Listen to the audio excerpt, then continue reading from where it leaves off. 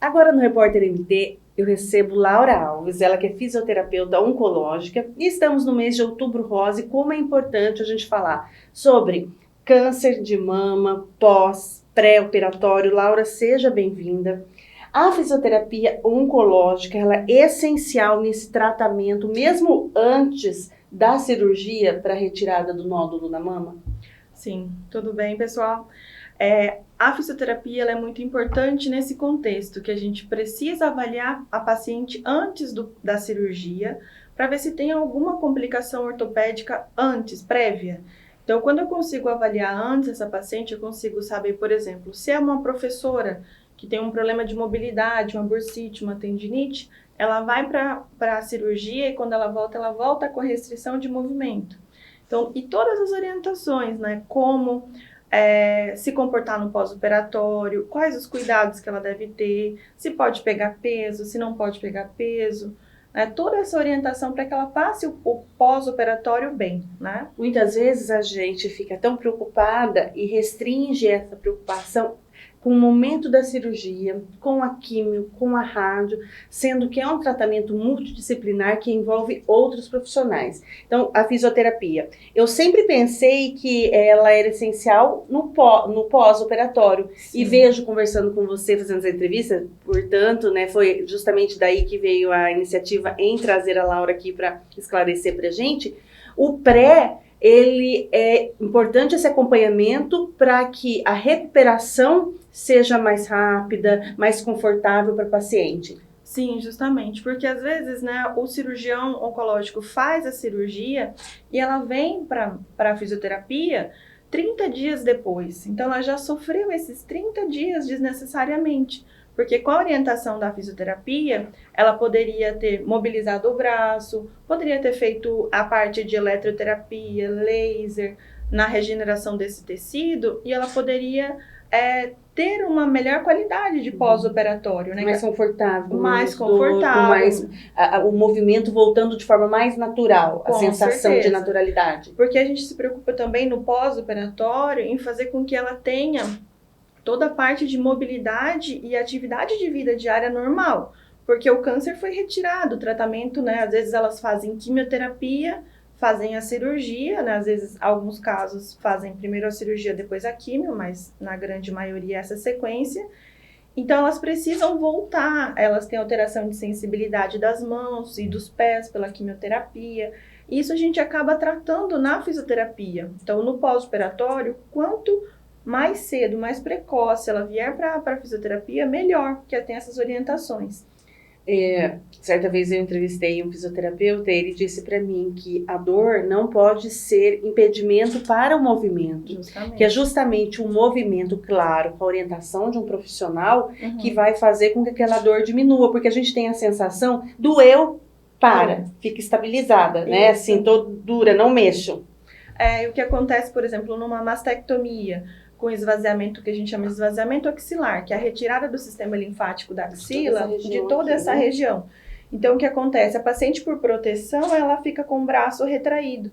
Então, ela imobiliza. E a gente não quer essa imobilidade, porque no decorrer do tratamento, quando ela chegar lá na frente, ela vai ter que fazer a radioterapia.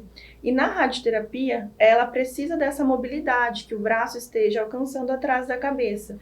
Então, quanto mais ela ficar com o braço imobilizado, pior para o tratamento a longo prazo. A gente trava, Laura, a gente trava se a gente ficar muito num movimento só, sem esticar o braço, depois eu tenho dificuldade de esticar. Isso. Aquela coisa, se eu não uso, não vai. Isso, imagina a paciente que já está abalada, né, psicologicamente, o câncer tem todo esse abalo emocional, então por proteção é melhor eu parar meu braço. E acaba que realmente precisa dessa mobilidade, tem na avaliação da fisioterapia, eu passo um protocolo de exercícios que ela pode fazer em casa, então ela começa, por exemplo, a estender pouco a pouco a roupa no varal, a lavar pouco a louça, a voltar às coisas do dia a dia, porque o tratamento oncológico é um período, né? O câncer de mama tem lá, às vezes 6 meses, 1 ano, depende do quadro de cada paciente, mas tem um período para acabar. Né? E quando ele acaba, a gente precisa voltar para a vida, as pacientes voltam para a vida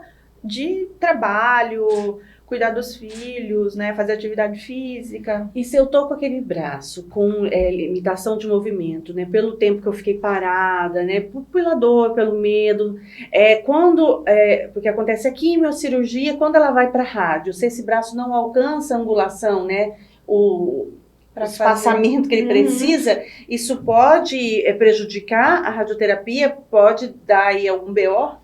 Pode sim, porque essa angulação é necessária porque existe um planejamento da radioterapia, né? O radioterapeuta, ele vai calcular o ângulo que esse raio precisa atingir aonde foi feita a cirurgia, para que não atinja nem o pulmão, nem o coração. Então, ela precisa dessa angulação. E para chegar nessa angulação, a gente precisa de fisioterapia. Às vezes, a grande maioria das pacientes retardam o tratamento, dificultam até o processo, porque não tem essa mobilidade.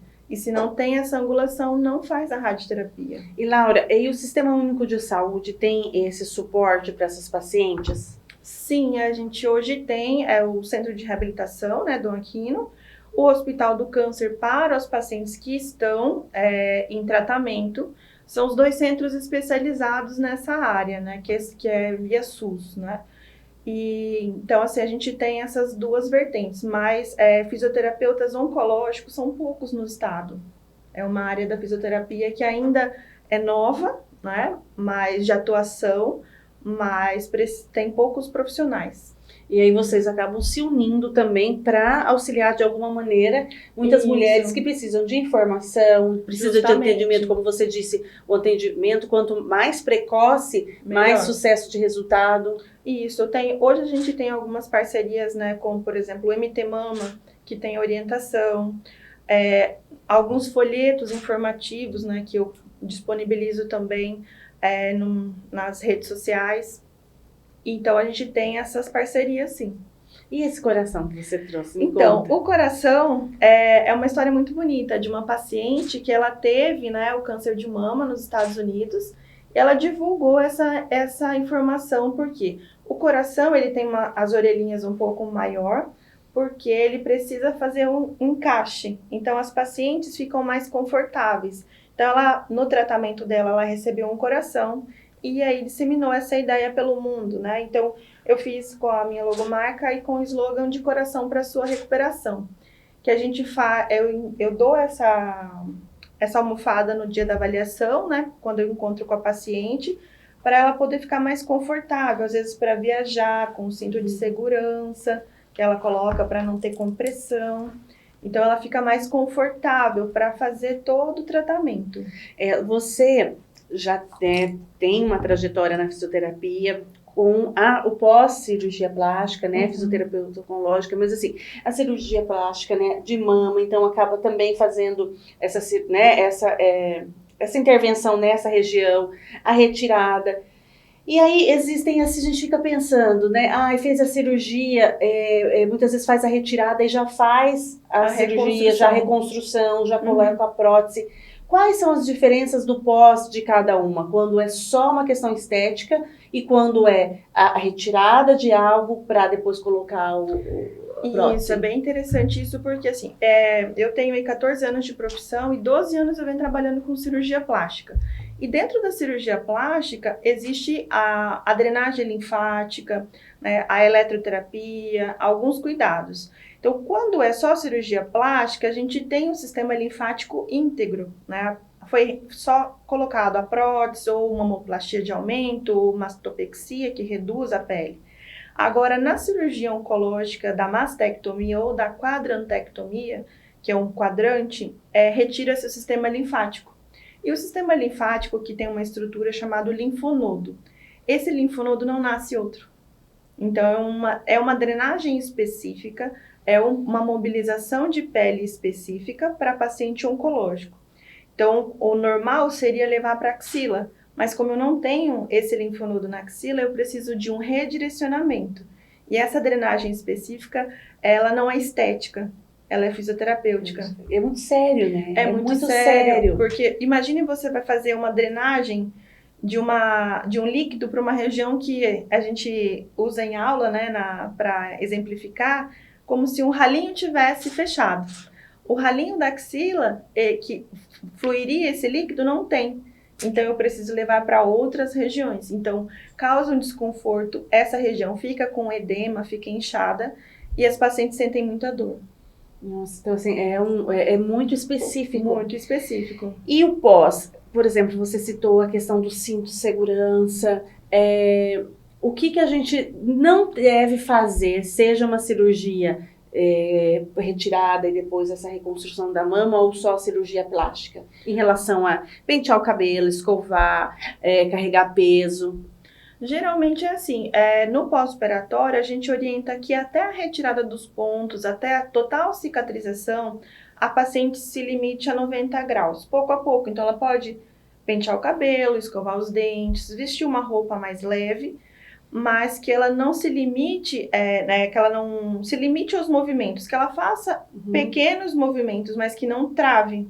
Tá? Então, tanto para a cirurgia... Fica imobilizada, isso, né? Não fique imobilizada, que tem uma movimentação leve, suave, e conforme vai passando os dias, ela vai subindo o braço e fazendo as movimentações. Carregar peso. Carregar peso, tem muitos mitos e verdades, né? Então, assim, o que a gente tem bastante preocupação é quanto ao linfedema no câncer de mama, que é o braço inchado. Porque não tem esse sistema de drenagem e elas querem pegar peso. Então, pouco a pouco, fazer um peso de 2 quilos, depois vai gradativamente. Eu tenho pacientes que tiveram câncer de mama e fazem crossfit, mas é gradativo, né? Elas foram voltando pouco a pouco. Então, pode-se tudo, eu sempre falo que você pode fazer tudo com cautela. Então, pouco peso, tenha uma dirigir. Né? Hoje as cirurgias de reconstrução, elas são muito específicas, a gente tem aí todo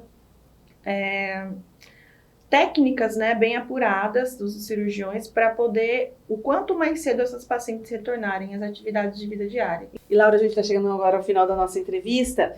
É importante que se tenha esse comprometimento com a vida, pensar que a nossa vida é surpreendente, não imaginar que eu vou fazer o tratamento, eu não vou conseguir vencer, ao contrário, eu vou vencer, eu vou viver plenamente. Justamente, eu acho que hoje o tratamento oncológico ele tem muitas possibilidades. A fisioterapia oncológica está para trazer mais qualidade de vida durante o processo oncológico e após o tratamento, porque tem um período para acabar. E a minha dica, assim, é que as pacientes que estão em tratamento busquem alternativas de qualidade de vida para passar pelo processo de tratamento, porque acaba, né? A gente sempre fala que o tratamento oncológico tem um fim. E nós estamos aqui para apoiá-las, para que vocês possam ter mais todo o benefício da fisioterapia no tratamento. E a fisioterapia, quando ela é bem orientada, e quando ela é procurada, né, precocemente, ela diminui esse tempo de recuperação no sentido de trazer mais conforto e menos dor. Sim, orientar as pacientes, fazer um tratamento de reabilitação para que essas pacientes sintam menos dor, que elas possam voltar à sua atividade de vida diária, à qualidade de vida e retomar, né? E criar essa rede, né? Essa rede do bem. Isso, justamente. Fazer com que o tratamento seja leve. Não é como o meu slogan aqui da campanha é de coração para a sua recuperação. A fisioterapia oncológica está aqui. Laura Alves, minha entrevistada de hoje.